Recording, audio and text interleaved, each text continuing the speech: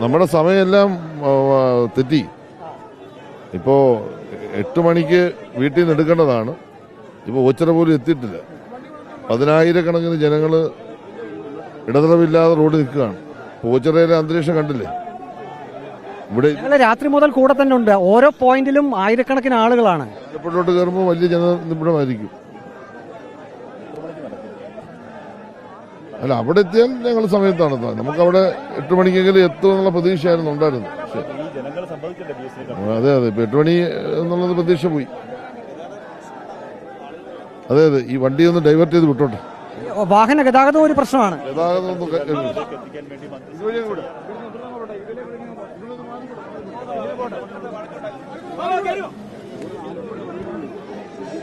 മന്ത്രി തന്നെ നേരിട്ട് ഗതാഗതം നിയന്ത്രിക്കുന്നത് ആണ് പോയിന്റ്.